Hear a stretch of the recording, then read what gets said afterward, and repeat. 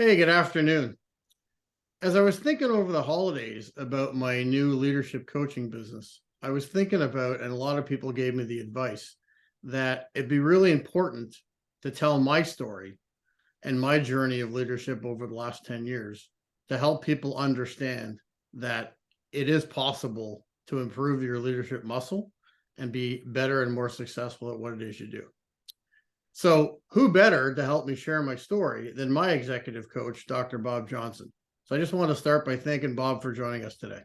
Yeah, Barry, I appreciate you inviting me. Happy to be part of your journey. Absolutely. So, Bob, I'd like to start by going back in time. What's it, 8 or 9 years? And just tell the audience a little bit about how we came together. Yeah, sure.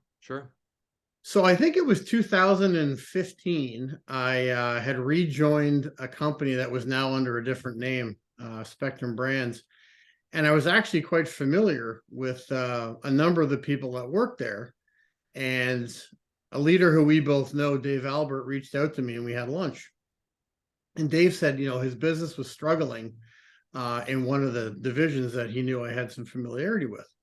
So he invited me to come in and do some consulting for the first 6 months and sort of do a business plan to get this business back off the ground, get it approved through corporate head office and so on and so forth. And fortunately, that went well. And then in September of that year, that started in March, I came on board full time with Spectrum, and Dave appointed me as the business unit leader for the plumbing business. But ironically, it was 3 months later that Dave was planning to leave because he'd been promoted to go and run the Asia Pacific division.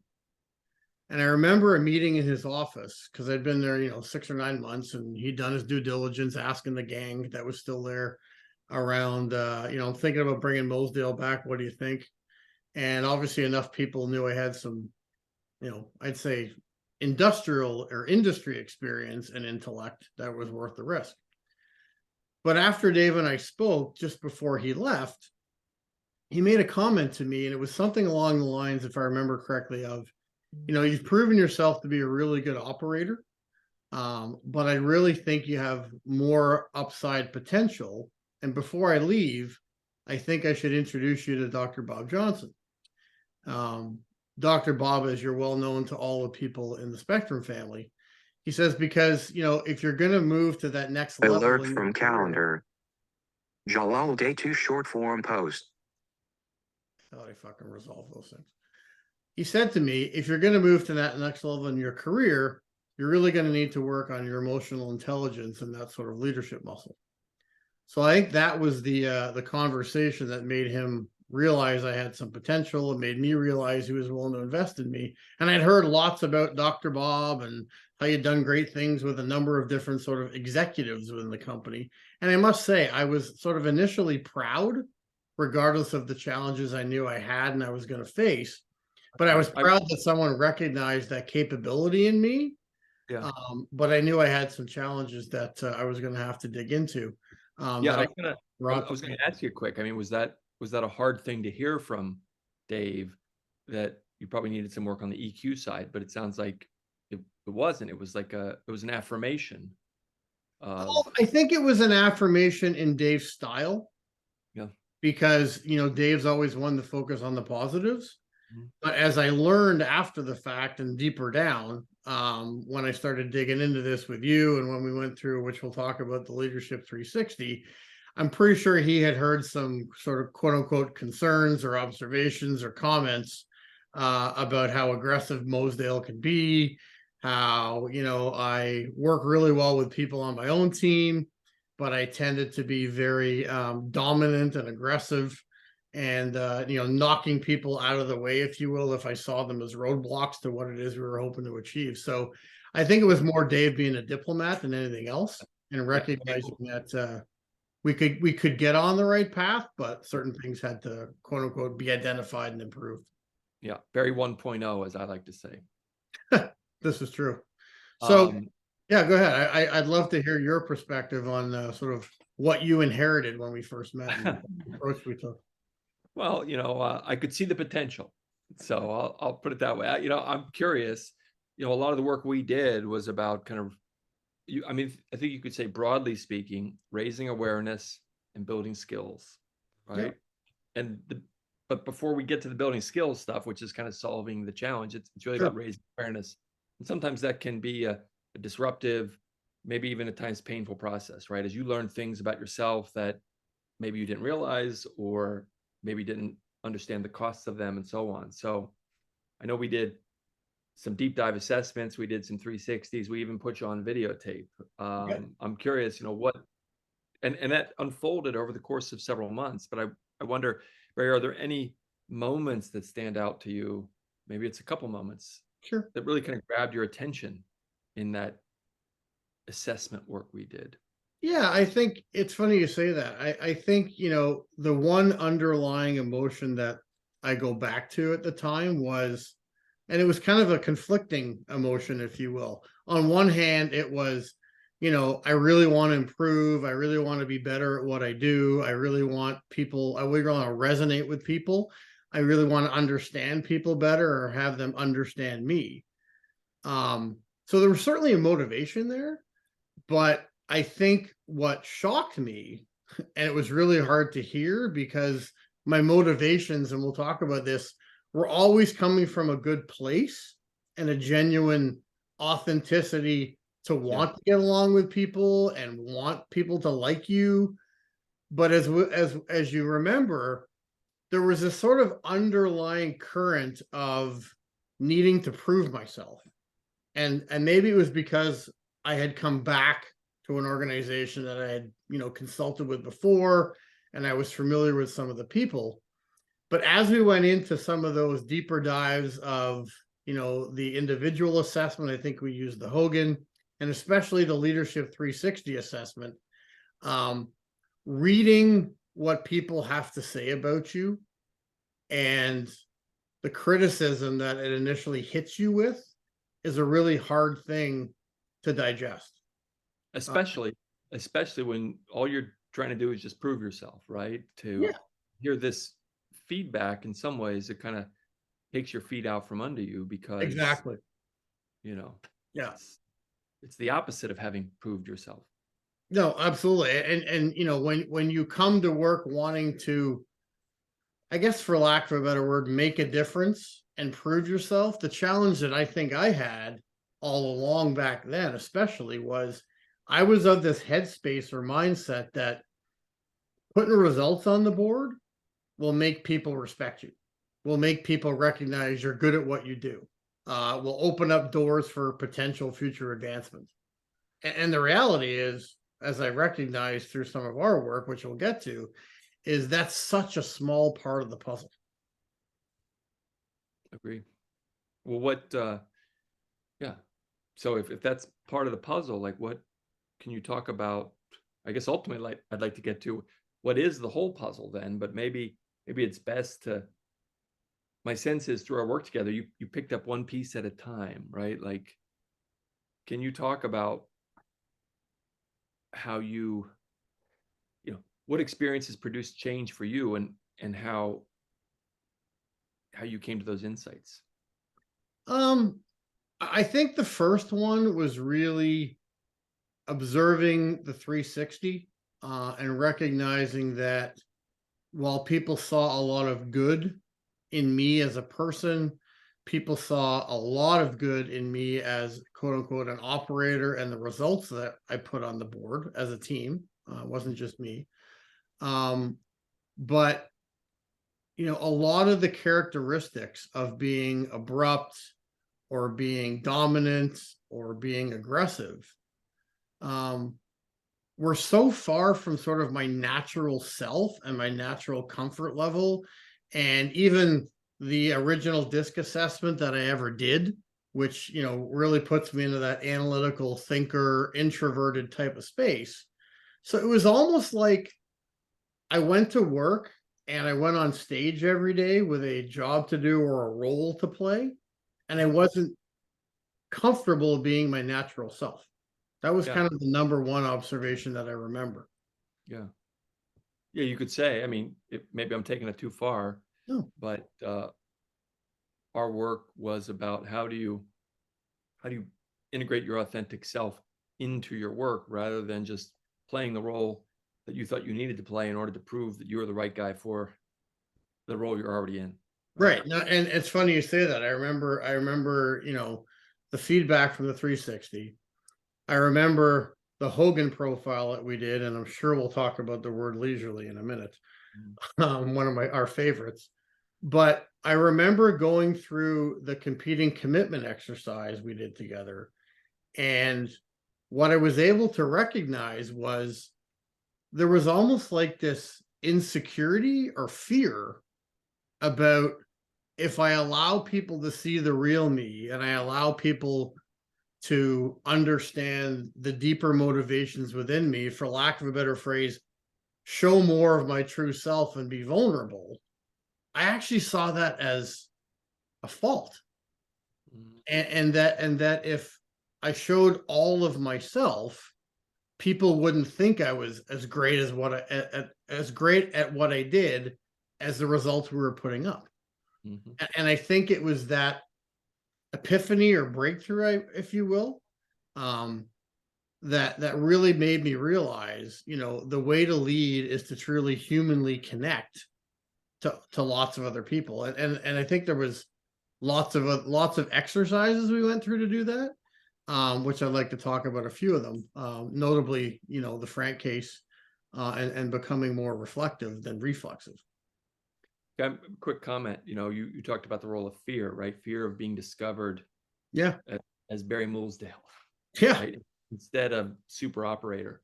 I think it's fair to say your experience was when you're allowing that fear to dominate, out of an attempt to hide your flaws, your weaknesses, you actually get disconnected, we might say, from your energy source, right? You're simply not going to be as effective when you're trying to hide that part of yourself that you think people will judge. Yeah. Well, and it's funny, what I realized, and it's funny when you reflect, right? What I realized was I was walking in the front door every day and I was putting on a hat, if you will, that wasn't truly my total self deep down inside. And I was almost like stepping on stage and playing a role.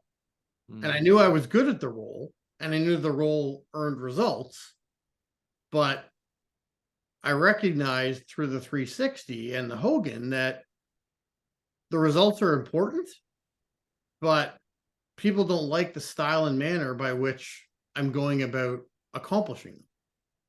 So, it made me ask what really is more important, right? Being your true authentic self and connecting with people, which I absolutely have always done and valued in my private life. I'm not the kind of person who has a tremendous amount of friends. I have fewer friends than most, but I'm exceptionally loyal to them.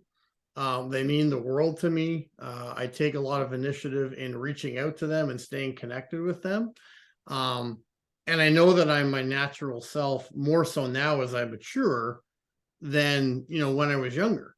I captained a lot of sports teams growing up, and it's almost like that's where the expectation of being loud, being boisterous, leading from the front kind of started at a very young age.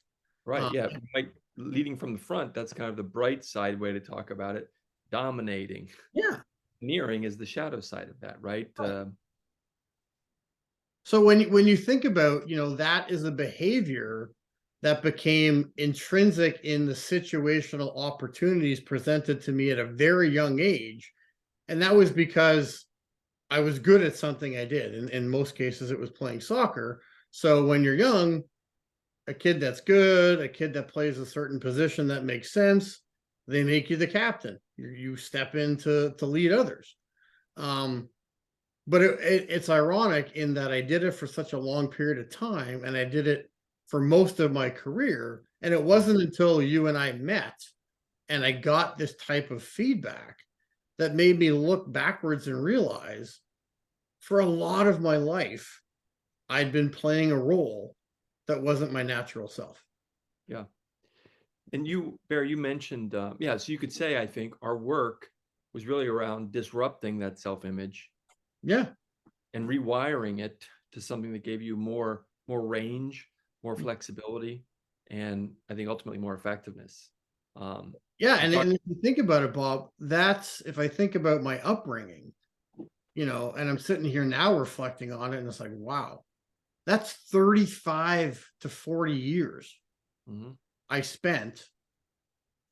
No, I wouldn't say living a lie, that's a little too strong, but Playing putting a on role, a persona that playing wasn't a my role. natural self. That's right. That's right. Putting that hat on, Yeah, right? Whether that was a baseball hat or a hard hat or you know, whatever whatever people wear at work that's not a baseball hat or a hard hat. sure. Barry, let me ask you this. You talked about the role of the 360 as disruptive to your self-image. Mhm. You also mentioned the Hogan and the Frank case. Can you talk a little bit about each of those and talk about how those experiences moved you? Yeah, I think the simplest one of the three for me was leadership 360, because you're being evaluated on pretty simple or easy to understand elements. And Here's what people say about you. yeah, and exactly, and a lot of it is actually written context and actual words that they've offered in an open forum type of assessment. Yeah. So you hear a lot of detail, which when you read some of it, it's pretty tough. When you read others, it kind of reinforces the part about yourself that you know. So that Mhm. was probably the best baseline. I think then the Hogan assessment was really where we discovered specific blind spots.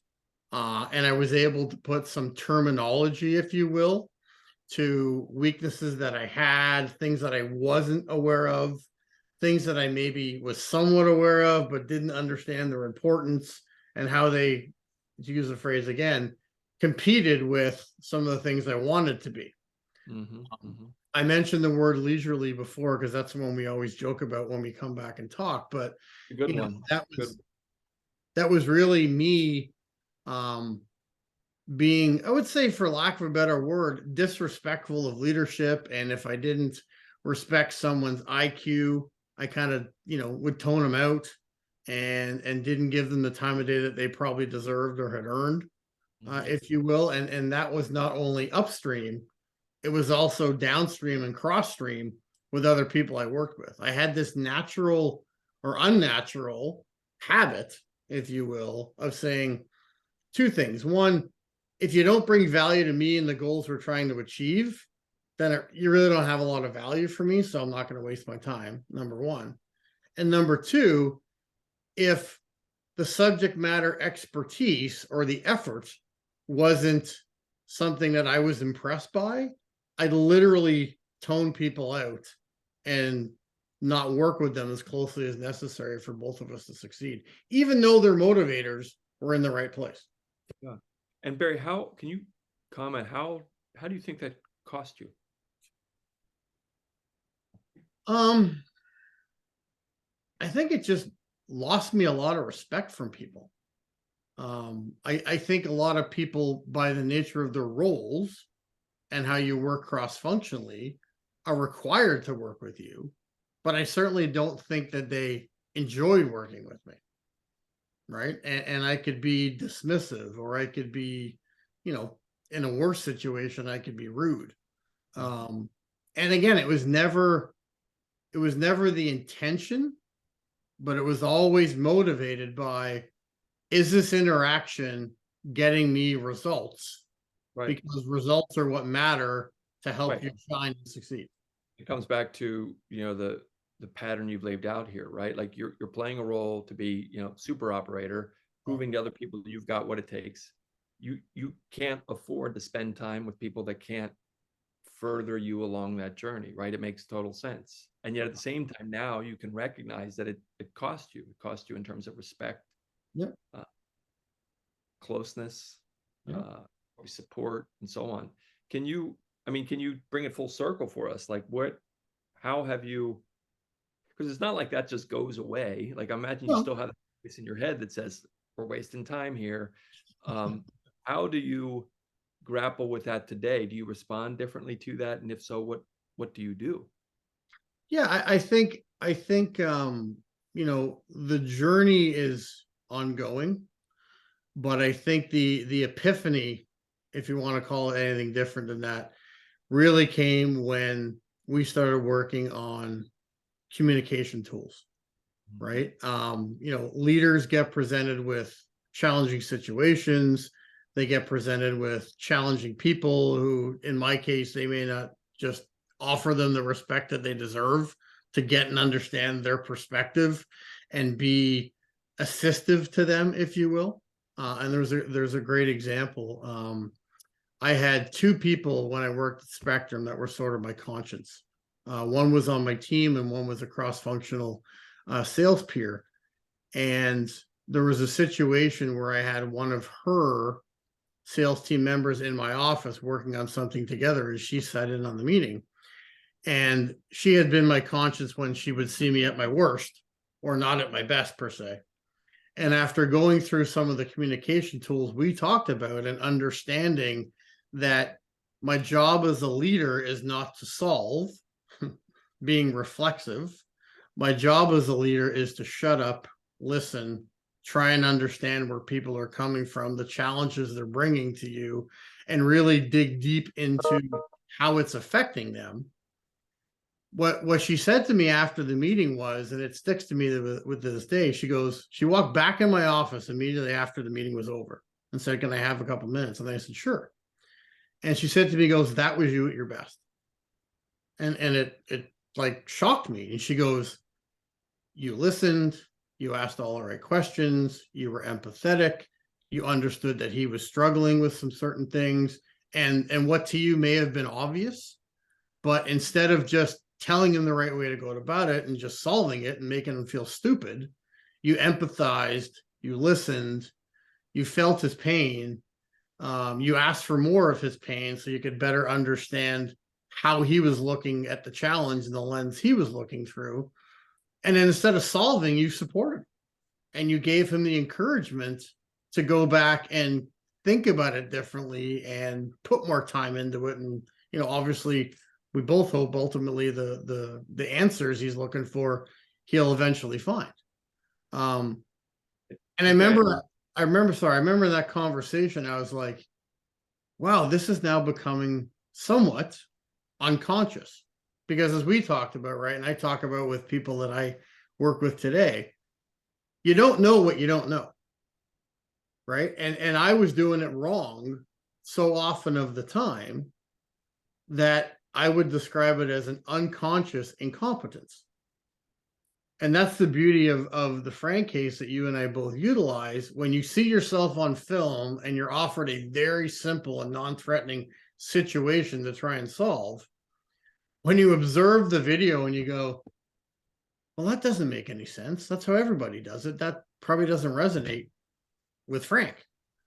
And then it becomes, that conscious incompetence. And that's really, I guess for me, it was the starting point of the real journey across the bridge, was recognizing, doing a simple, non-threatening role play of how bad I and many others, probably 95%, have a natural inherent reflex to solve. That's right.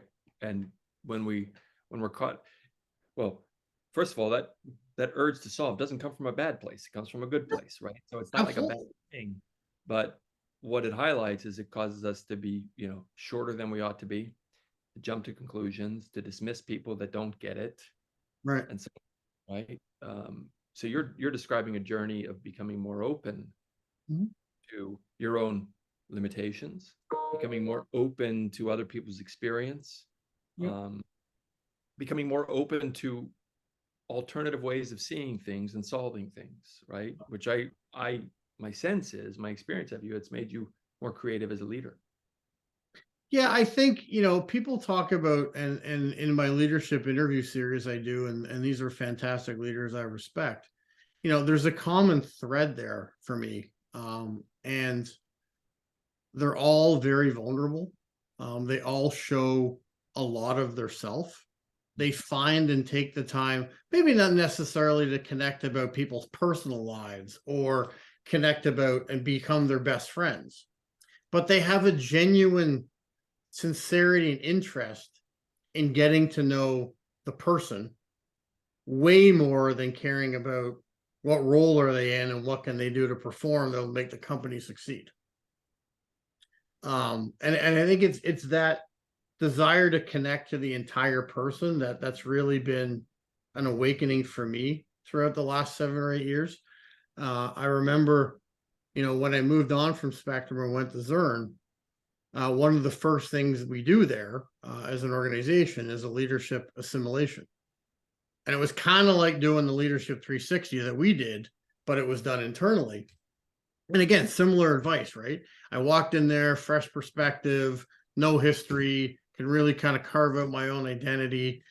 And I had learned these lessons along the way, and I'd begun to apply them. And I wanted to be that much more human leader. But even then, I looked at some of the feedback and was like, oh my God, what have I got myself into again? Here I go again. Now, thankfully, our VP of HR looked at the content and said, oh my God, compared to other assimilations we've done, you're miles ahead of where most people are, because there's that inherent fear that your entire team has about, there's a new sheriff in town, we're going to be doing things his way. We've tried other ways in the past and they haven't worked. So I really looked at it more as, what's on their mind? What themes are they concerned about? Versus as a self-criticism of me, because I was a little bit more comfortable in my own shoes at that point in time. And we had done a lot of the hard work to get to that sort of natural comfort level. So when I resonated the themes and was able to get in step or hear what exactly was on their mind, I think that strategy gained me a lot of credibility because I cared. And I think it gained me a lot of validity in being my true entire self, and they were starting to see it. Versus, when I first came on board at Spectrum, I had all these fears and competing commitments, and it's got to be result based and so on and so forth. So that was kind of where I recognized the journey could be different. Yeah. Can I make a quick comment on that?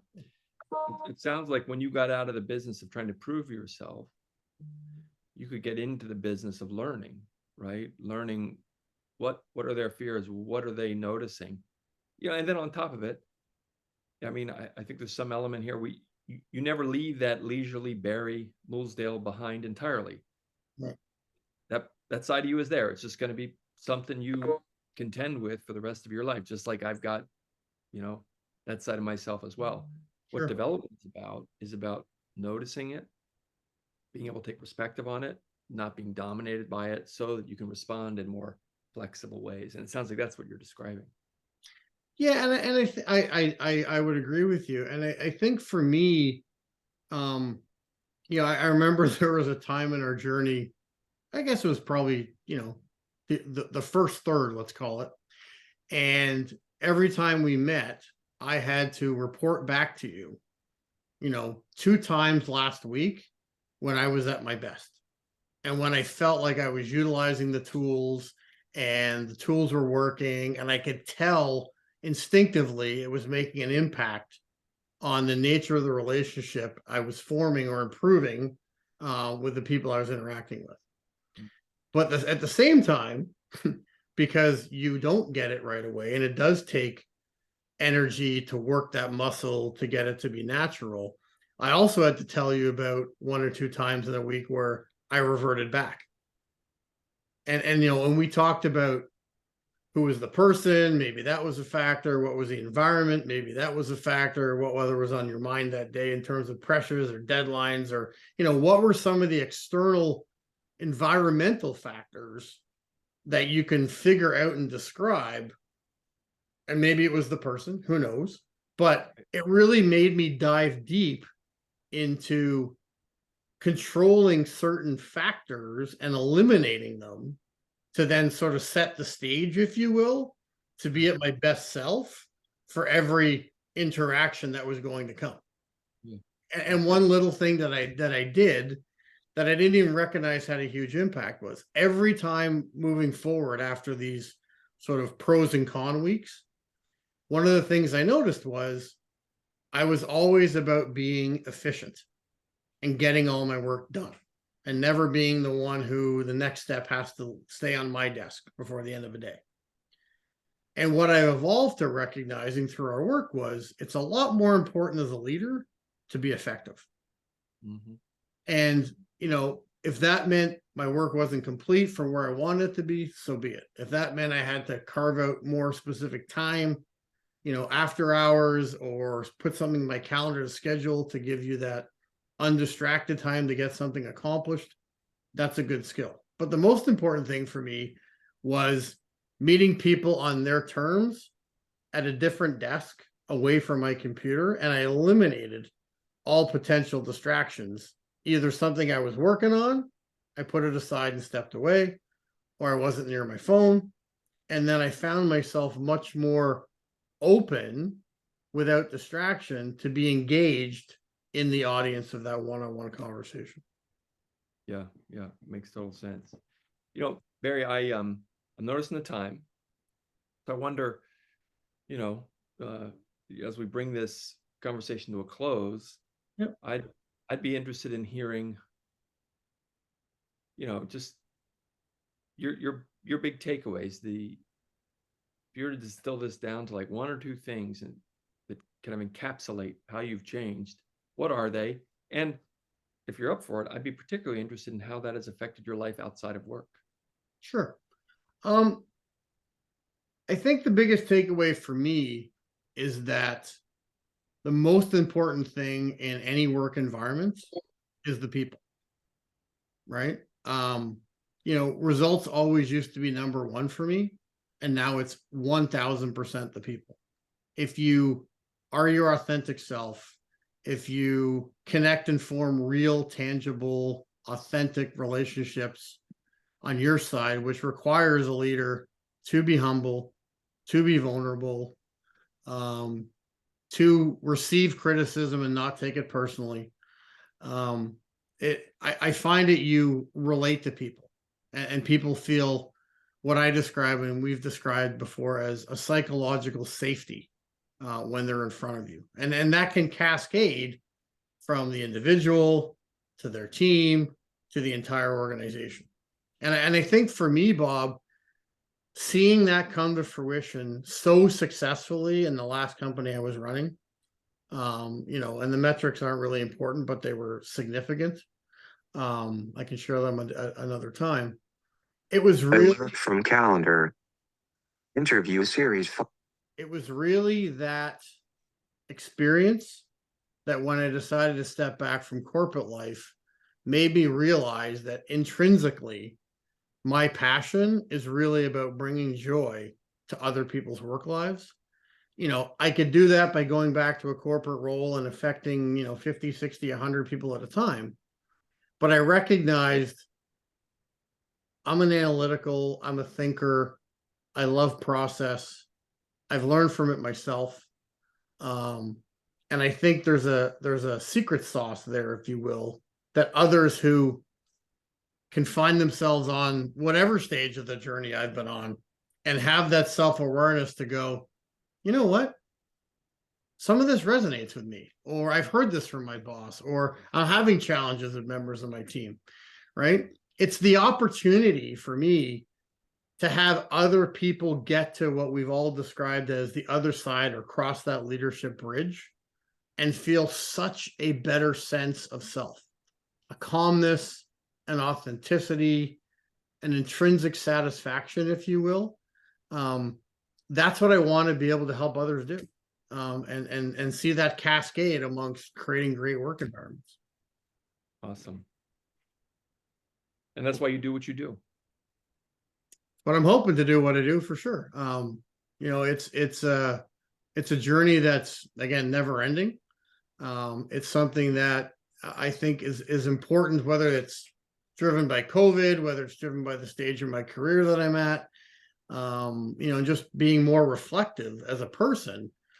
What I recognized over the last, I guess it's almost 2 years, is I really want to help people. I have a passion for this subject matter because it really made a difference for me. I understand it well enough to deliver it, and I've taken the effort and energy to be certified and knowledgeable in how to deliver it. But yeah, it's really about, building tomorrow's leaders today, and helping people bring joy to their work lives, because we spend a lot of time there. And why be dissatisfied? Why be unhappy when you don't absolutely need to be? That's right. All right, Barry. Cool. Well, it's been a pleasure chatting with you about your story, your background, and what our work together has meant to you. It's really nice to listen. Well, yeah, I can't thank Bob enough for joining us, and it just goes to show, right? I'm now in the business of, executive and leadership coaching, but I still have my own personal executive leadership coach who's there for me at any time I need him. It's great to always reach out and connect, and I thank you for all you contributed to me along the journey. Yeah, man. Happy to be a good partner to you. Thanks, buddy. Appreciate it. Take care. Thanks.